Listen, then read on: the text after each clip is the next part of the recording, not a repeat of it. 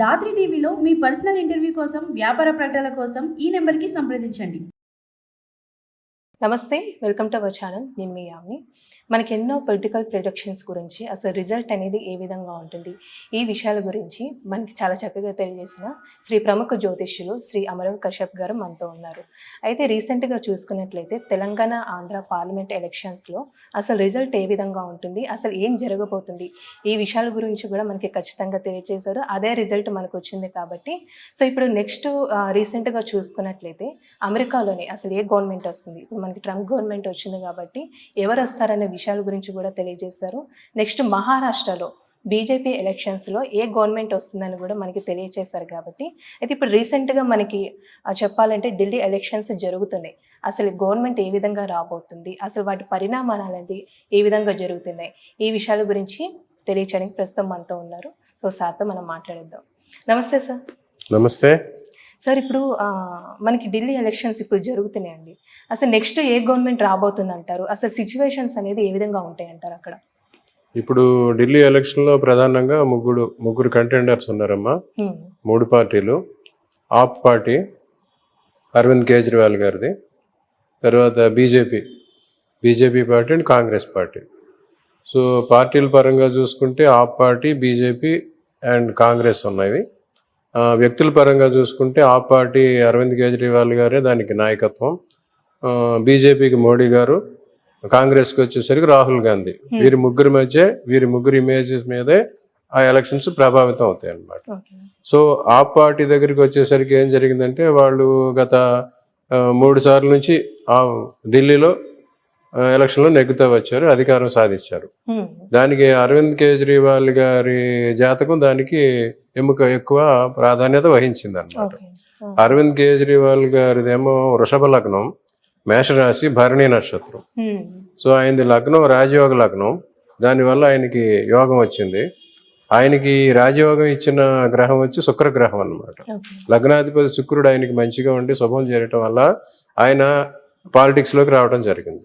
అంతకు ముందు ఆయన IRTS రెవెన్యూ ట్యాక్స్ సర్వీసెస్లో ఇన్కమ్ ట్యాక్స్ డిపార్ట్మెంట్ ఏదో జాబ్ చేస్తా, ఆ జాబ్ నుంచి ఒక స్వచ్ఛంద సంస్థ, యాంటీ కరప్షన్ బ్యూరో లాంటిది ఒక స్వచ్ఛంద సంస్థ, అవినీతి మీద పోరాటం చేయడానికి ఒక స్వచ్ఛంద సంస్థ పెట్టి దాని ద్వారా వచ్చి దాన్ని మళ్ళీ ఆమ్ ఆద్మీ పార్టీ కాకుండా ముందు దాన్ని ప్రజలకు సేవ చేయడానికి ఒక సంస్థగా పెట్టి, స్వచ్ఛంద సంస్థగా పెట్టి దాన్ని మళ్ళీ తిరిగి పార్టీగా మార్చుకోవటం జరిగింది. ఆయనకి దానికి కారణం ఏంటంటే ఆయన మీద బుధగ్రహ ప్రభావం ఎక్కువగా ఉన్నది. బుధగ్రహ ప్రభావం ఉండటం వల్ల ఇన్కమ్ ట్యాక్స్ డిపార్ట్మెంట్లో జాబ్ రావటం, ఇటువంటి స్టెప్స్ తీసుకోవడం జరిగిందండి. సో ఆయన బుధగ్రహ ప్రభావం ఆయన మీద సగం మంచి సగం బ్యాడ్ 2 రకాలుగా పనిచేసింది. సో ఆయన ఇన్కమ్ ట్యాక్స్ డిపార్ట్మెంట్లో జాబ్ చేయటం, మళ్ళీ దాని నుంచి బయటికి రావడం, పార్టీ పెట్టడం జరిగింది. పార్టీ పెట్టిన కొత్తలో కూడా ఆయన ఎక్కువగా నేను స్వచ్ఛంద సంస్థగానే నా సంస్థ నడుపుతాను, పార్టీ పెట్టనన్నారు. పార్టీ పెట్టారు. నేను అధికారంలో కోరనన్నారు, కానీ అధికారంలో కూడా వచ్చారు.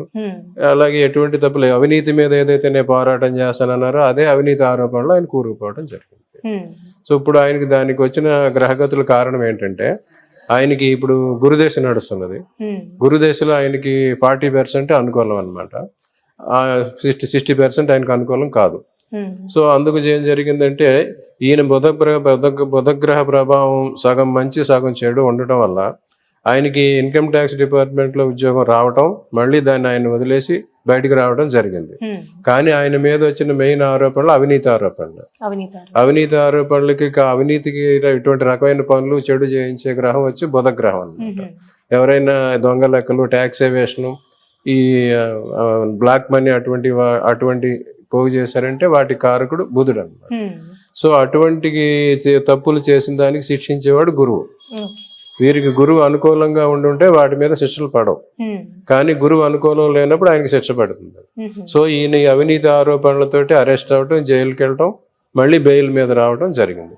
సో అది ఎందుకు జరిగిందంటే ఇప్పుడు ఆయన గురుదశ అంత అనుకూలం కాదు, 40% అనుకూలం కనుక ఆయన గురుదశలోనే ఈ పదవి కోల్పోవటం, మళ్ళీ రావటం.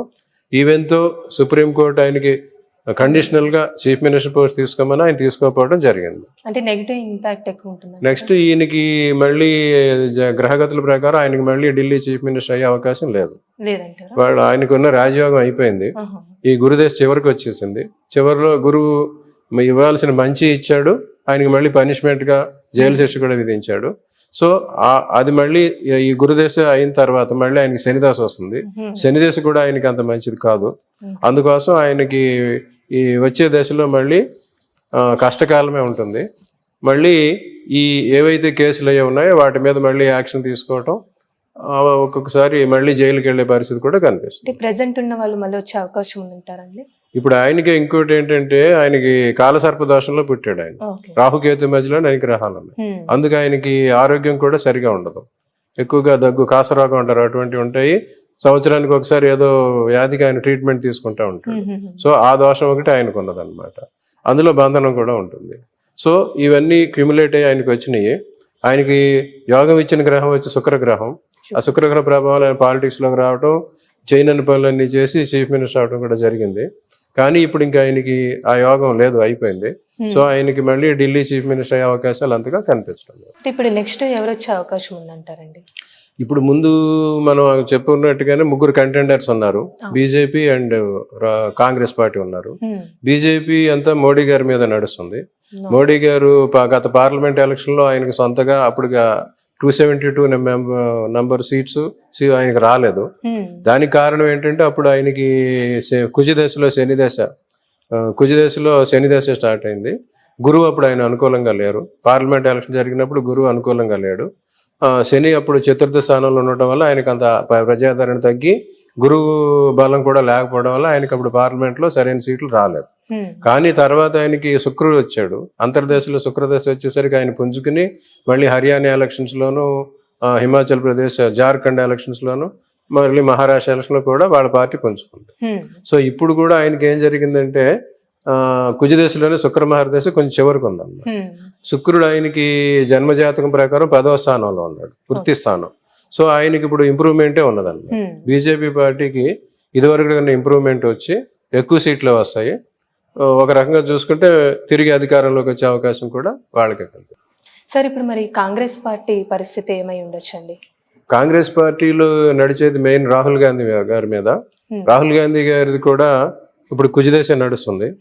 ఆ కుజదశలో ఆయనకి మొన్నటి వరకు శని దశ నడిచింది. ఆ శని దశ అంతర్దశ అయిపోయి ఇప్పుడు బుధ దశ వచ్చింది అనమాట.